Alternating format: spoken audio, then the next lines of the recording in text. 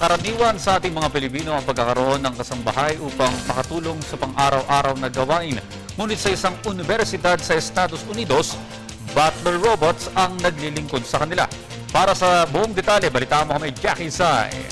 My purpose is to improve the quality of life of the humans I serve. Yan ang layunin ni Herb, ang university butler robot na dinisenyo ng mga estudyante sa isang universidad sa Amerika. I want to help people live independently by assisting with daily tasks like cooking and cleaning.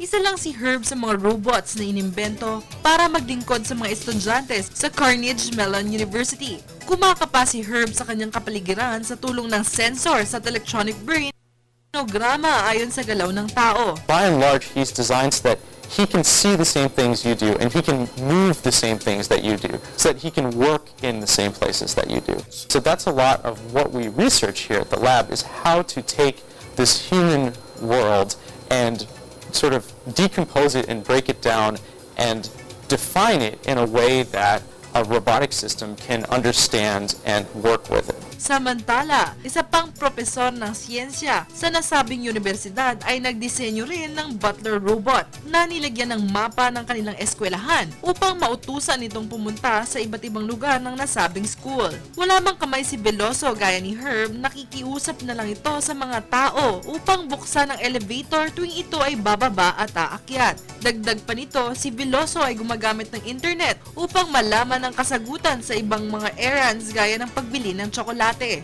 We have to accept that these robots will have limitations. And I cannot stop my research and wait 50 years that all the sensors are done and all the algorithms are working to actually reach my goal of having robots that move around in the building? Impossible. So let's change the paradigm and let's accept that they have limitations, but I don't want to be supervising them. So the question became, how do they acknowledge their own limitations and ask for help? Nakakatuwa naman ang mga robot na ito na nagbibigay serbisyo sa tao. Ilan pa lang ang mga robot gaya ni Herb at Veloso na dinisenyo ng mga dalubhasang ito. Sigurado nga abangan ng mga tao ang iba pang makabagong features at istruktura na gagawin nila. Even if it had know nothing about chocolate, goes to the kitchen to get the chocolate. And saves and learns, guess what? The probability of having chocolate in the kitchen is 85%. Beautiful. Para sa Telebisyon ng Bayan, Jackie Sai.